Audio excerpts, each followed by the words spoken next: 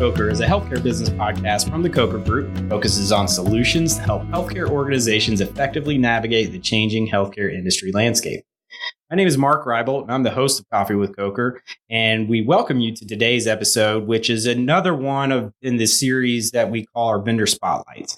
The Vendor Spotlights are just intended to highlight some of the various organizations that run in similar circles in the healthcare industry. Coker has no affiliation with these organizations. We have no direct affiliations with any healthcare technology vendors as far as financial affiliation. We just have relationships, and our focus here is just to highlight some of the organizations that are out there that have interesting products or unique products or different types of solutions that may be available to healthcare organizations that can benefit from them. And we do a lot of work with healthcare provider organizations on the technology side. And so it's important for us to be familiar with these organizations and their solutions. And this vendor spotlight, it's actually, once again, Jeffery Daigrepont, who heads up Coker's technology consulting group, is sitting down with Baha Zeidan, who is the CEO of Azalea Health.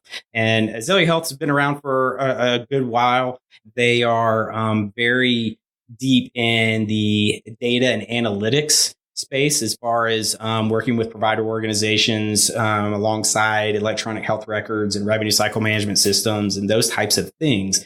And so Jeffery and Baha just had kind of a quick conversation covering exactly what Azalea Health does and some of their solutions. And we thought this may be worthwhile information for our audience, and we hope you find it interesting. We'd love to hear your feedback as always. You can reach out to us if you have suggestions or you'd like to hear from another vendor and a vendor spotlight or topics for us to address in future episodes. You can reach out to us at feedback@cokergroup.com.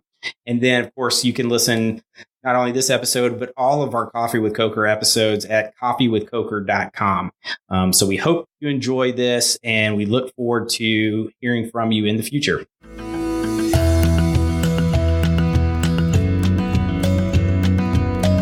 Thank you, Mark, for that introduction. As Mark indicated, we are here with Azalea Health in the beautiful Coker studio in Alpharetta. Thank you for making the trip up.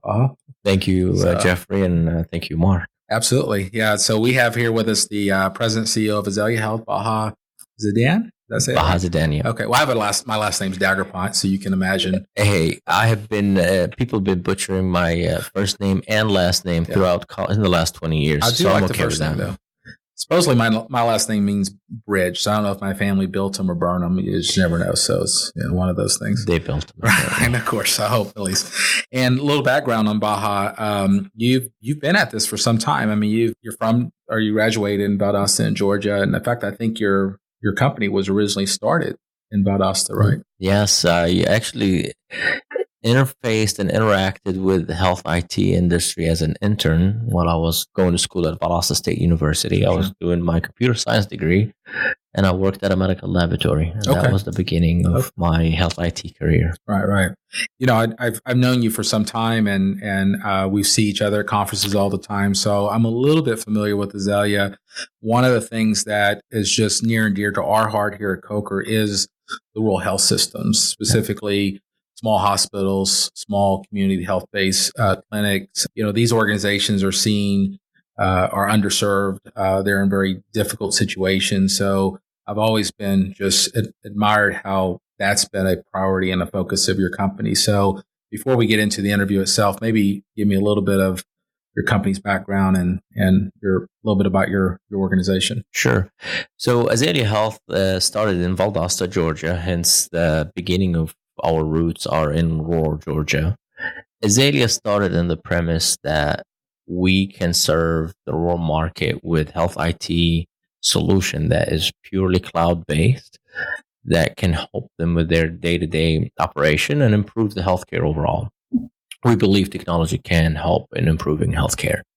And Azalea, since it started, we started helping physician offices with revenue cycle management. We developed our revenue cycle management tools ourselves. So we started with a practice management solution. Then we got into the clinical side and we built an electronic health record. And over the years, we continued to grow. And actually now Azalea provides health IT solutions for both ambulatory and hospital. Oh, wow. And we provide electronic health record for the hospital side and the ambulatory side with the focus on the rural market. Okay, outstanding. Well, let's transition a little bit into the interview itself. And of course, I always want to ask the most important question first. What's with the name Azalea? I'm sure you've been asked that a few times. There has to be a good backstory. Sure. So since the company started in Valdosta, it's funny when entrepreneurs start a company, because we're still not interacting with customers, we spent way too much time on figuring out the name. So we had a lot of time in our hand to think about the name, and we realized, we are in the Azalea City. Valdosta is it's called the Azalea City. So we just went with the default. All right. Well, that's it was easy. I do like the backstory, and it's definitely unique, and it's one of those conversation pieces. I assume that comes absolutely up a lot, all the time. Outstanding. And by the way, since it's a flower and it's a green shrubbery that stays green year round. So we like that too. It's a good omen then. Right. I did pick up when you were describing your company, the rural health culture and vision that you have. And let's expand on that a little bit. As you probably know, one of their bigger challenges is they're not exactly flush with cash. They do struggle financially in some cases. There's even hospitals in particular here in Georgia that have been having to close their doors. How do you address that concern? Is it trying to create as much value as you can, being reasonably priced? This isn't a market that a lot of your competitors are even all that interested in. Sure. So why pick a market that has so many challenges? Being a computer scientist, I've always felt that, the most challenging problems are what excites us the most. Right. And definitely the rural market is very challenging. But the way we approach that to make it a win-win is through delivering software through the cloud. We lower the cost of implementation, lower the cost of setting up a system, lowering the cost of onboarding, lowering the overall cost of the experience with the vendor tremendously. And that's what the rural market needs. They cannot afford having infrastructure on premise. They can't afford having a network administrator and an IT staff to be able to maintain and keep up with that infrastructure. They can't afford being down for upgrades. And so the delivery of our platform is what allows us to be a solution that fits that market. Okay. And we see the rural market actually adopting the cloud at a faster rate than the urban hospitals. I'm yet to meet an urban hospital that would tell me that our EHR is completely cloud-based. Right. Yeah, I think, one of the things, I don't have this as a question, but it's just an observation. We are awful in this industry with just picking up on any buzzword and running with it. I remember back in the day, we used to have a term called the CHIN, the Community Health Information Network. Then it turned into the Regional Health Information Network. And now it's called the HIE. And there's virtually not much of a difference. It's all a community-based repository of shared data.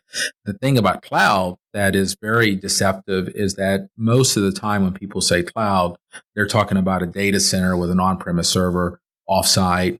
It's not multi-tenant. It's not truly browser-driven. Not browser-driven. So the fact that you guys are a true cloud, that is, and I can vouch as an objective third party, that is extremely unique in that space. It's not typically seen. And that cloud mentality enabled us to also deliver cloud experience with the customer. So, for example, we don't have to be on site every day to deliver the training and the support. Right. So we're lowering their cost by basically providing that cloud experience, not only in the product, but also in the service side. And those who may not know much about the cloud, what you're saying is that you can literally function as if you're sitting on their campus anywhere there's access to the Absolutely. Internet. That's how this technology works. And that's why we would try to lower the cost of onboarding and that customer by delivering a lot of that training remotely, but yet it's focused to them and focused on them. So they're not losing anything.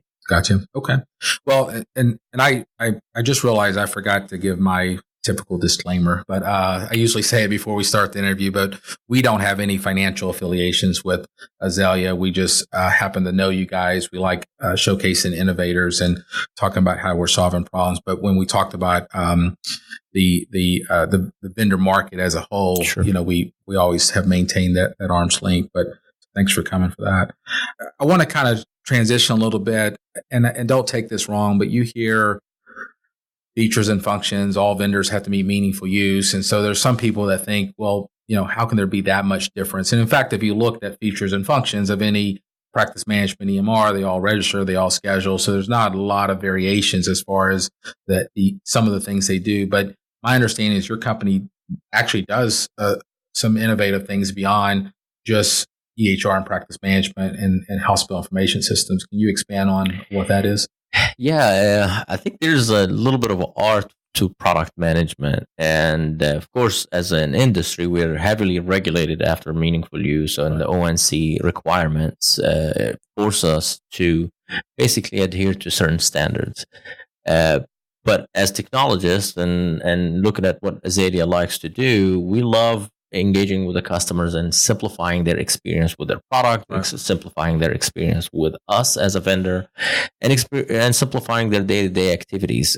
Because we believe technology can simplify your day, not make it a big burden. And matter of fact, historically, computers make things easier. Except in the healthcare, we've been, due to the heavy regulation and meaningful use stage 1, 2, and 3, we've lost that aspect.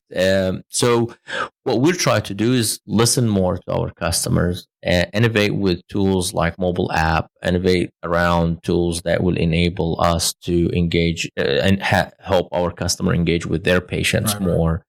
And just basically listening to our customers enables us more and more to be able to deliver tools that make sense. Gotcha. I tell all of our employees at Azalea, constantly remind them that we do not work at any healthcare setting. We don't work at a clinic. We don't work at a hospital. We work at a software company. So our fiduciary responsibility is to be able to listen to our customers, be able to listen to our users, and deliver a simplified experience with our software. Okay, outstanding. Well, listening to you, virtually every statement you've made up to this point has really been about how you value and see the customer. That seems to be a big part of your culture. Is that something that you want to expand on a little bit of how do you actually show that in practice? I mean, like things like client retention and. Yeah, we have a very strong client retention. Matter of fact, if we look at in the past 3 years at why we lose a client, and typically it's because they got acquired or they retired. Those are the two reasons Azalea lose clients.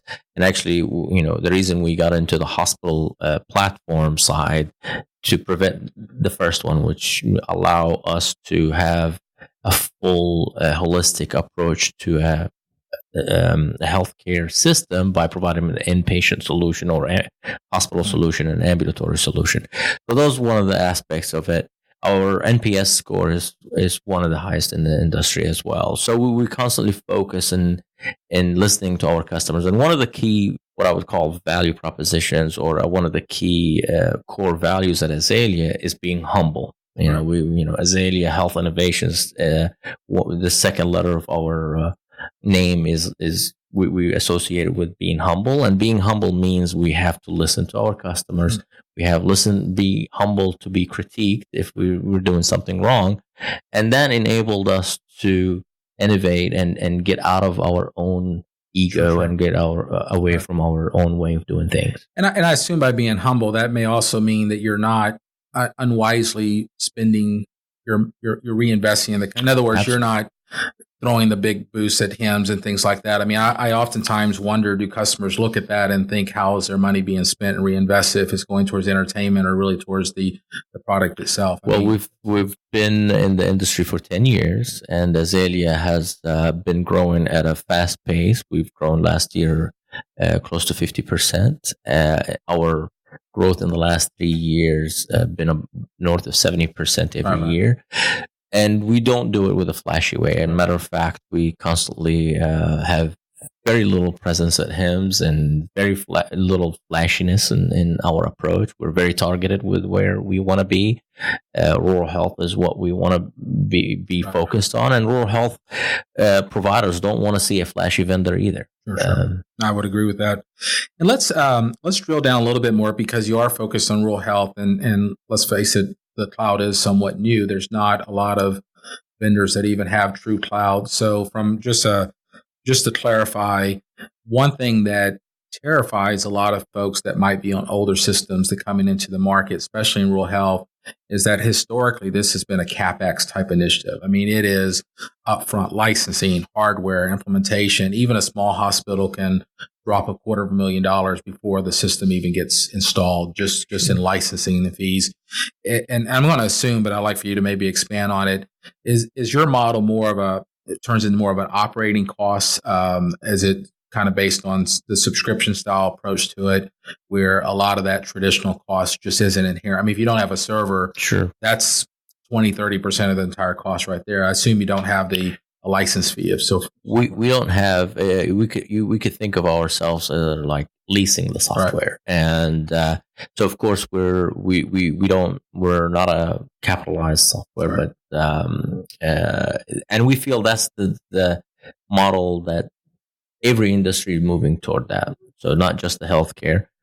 Healthcare have been a little bit behind. And I assume the other advantage of that is, and again, I'm asking things like future upgrades, new releases. If there's other modules that you guys might improve the product on, or enhancement, that's all inherently part of the relationship that they Absolutely. have. So they can think about it that they're leasing the software and they're leasing access to the application, and there are dozens of software developers adding more features and upgrades to that solution on an hourly basis. Right. So our software development methodology is a continuous integration, which means actually the application getting upgraded and updated on a daily or an hourly basis. Right. So that's something that every customer enjoys using.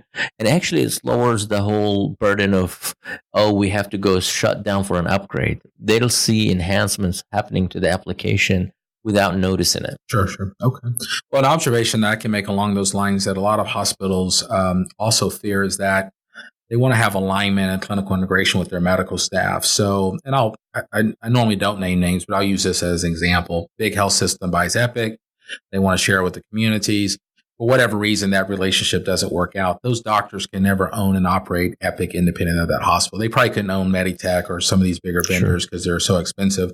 I assumed if a hospital went down that path with alignment, clinical integration, putting their doctors who are employed, but maybe one day wants to go back in private practice, would there be any reason, given your model, that doctor could just simply start up the relationship directly with you? It wouldn't be difficult, in other words, for a hospital to unbundle that or bring it together however they want to. Absolutely not. As I mentioned, I started my career in working for a medical laboratory company, but my core focus of the company was interoperability, and interoperability in the healthcare is it's happening more as a press release and a marketing approach than reality in the ground. And what I want to say that at Azalea, we take interoperability seriously. We listen to our customers and what they need, and if they want to be on a different platform, be it.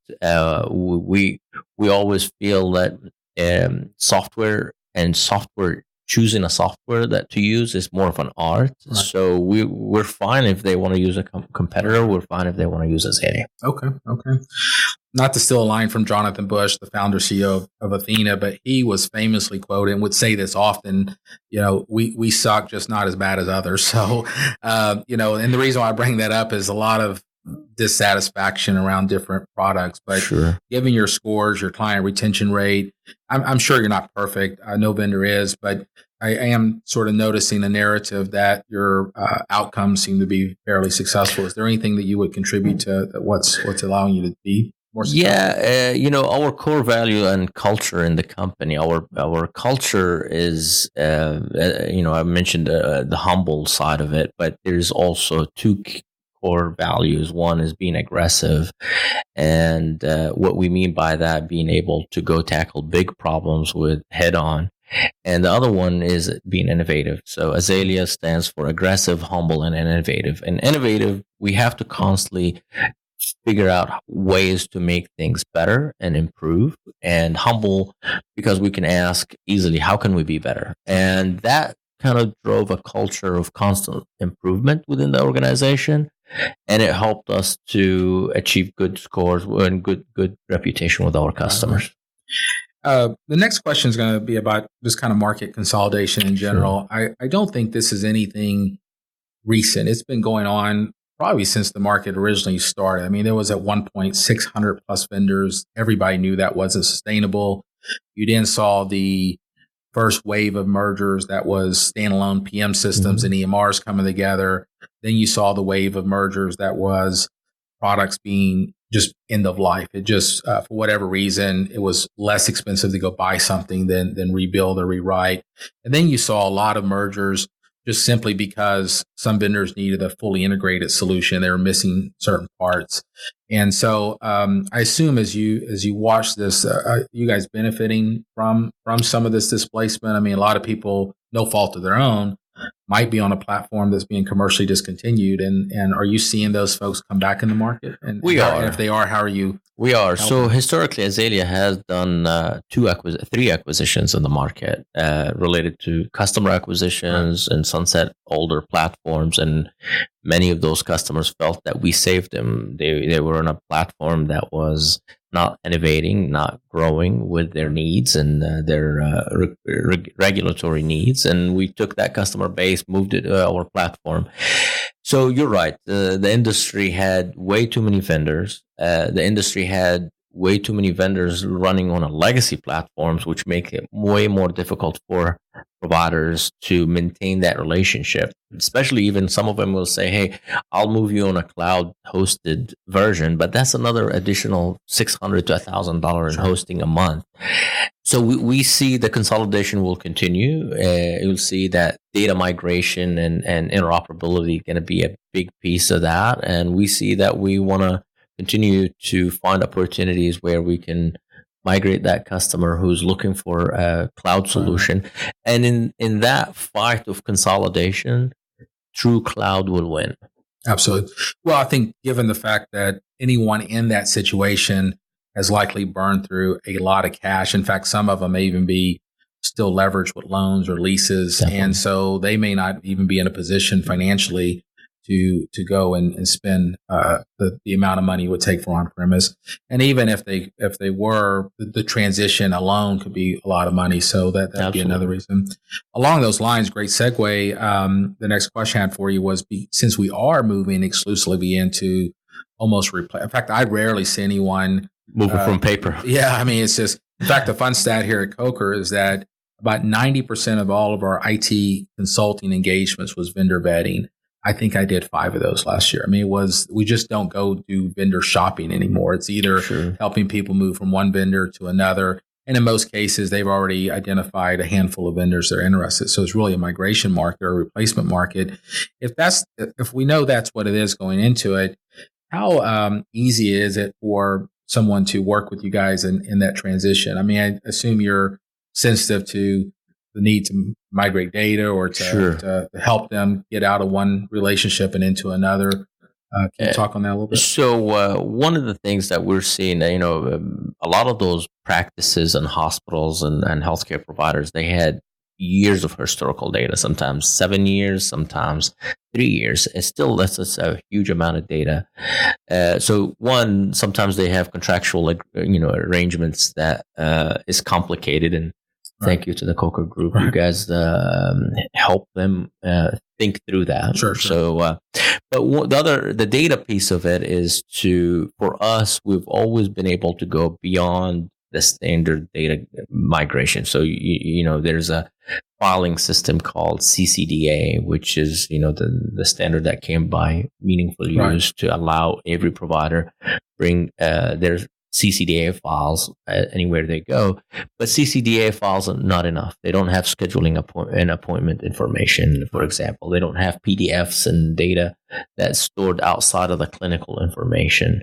They don't have billing information. So at Azalea, we always be empathetic with our customer. And what we want to do is what if we were in their shoes? What kind of data we want? Absolutely. And we go beyond what the standards allow. Now, I think the data blocking is a big problem, and there's finally starting to see some awareness and some rules. And I know the trade associations are monitoring this very carefully. We do on occasion.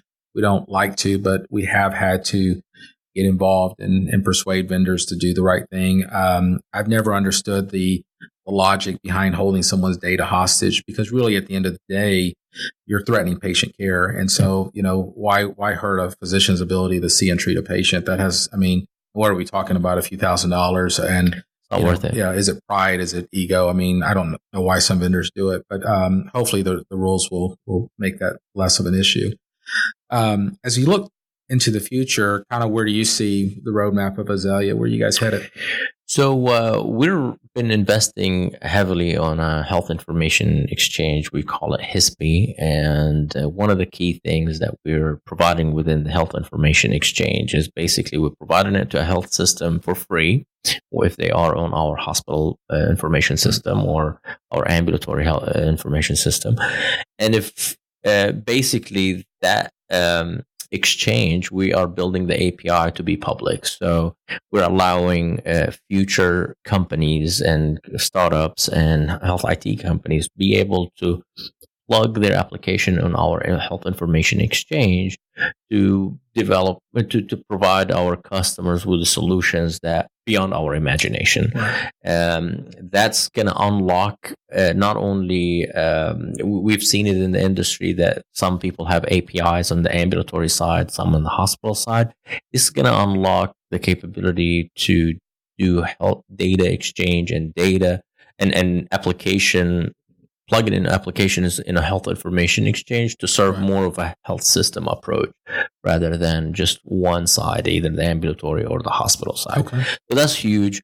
The other side of it, continue to focus on the mobile side. Sure. We constantly adding more engagement, more features to our mobile.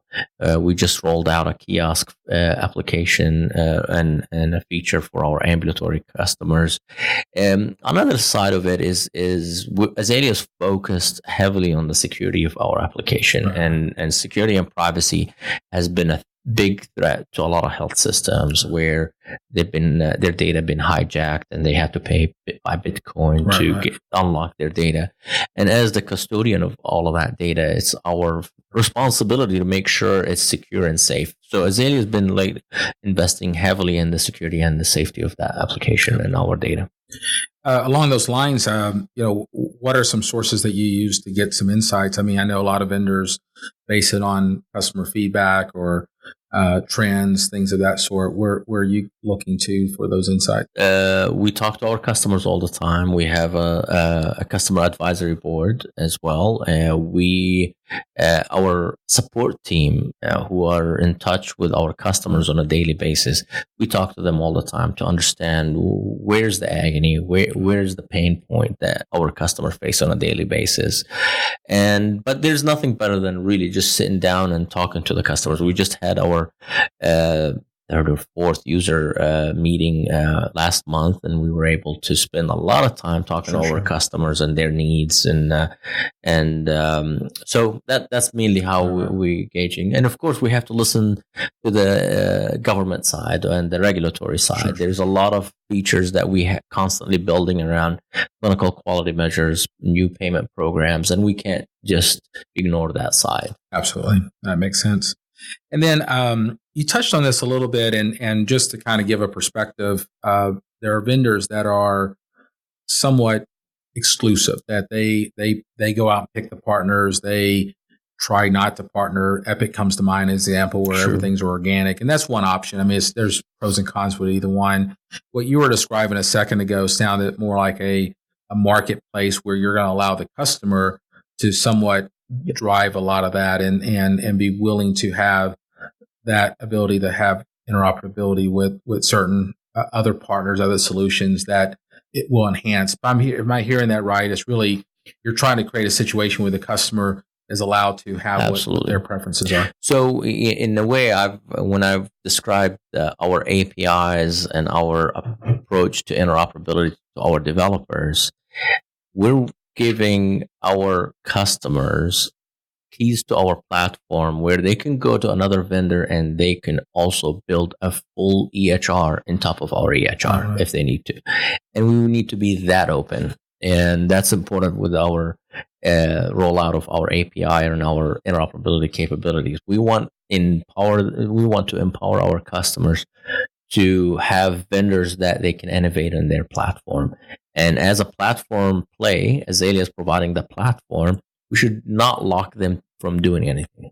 Okay, outstanding. Well, Baha, I can't thank you enough for making the trip up here late on a Friday afternoon to take this interview. Well, thank you, Jeffrey, and thank you to the Coker Group. In the office. So, if there's anything we can do to support your customers, obviously as an objective third party, we're always honored to do that. And just wanted to thank you again for coming in today. Thank you. I'm honored to be here.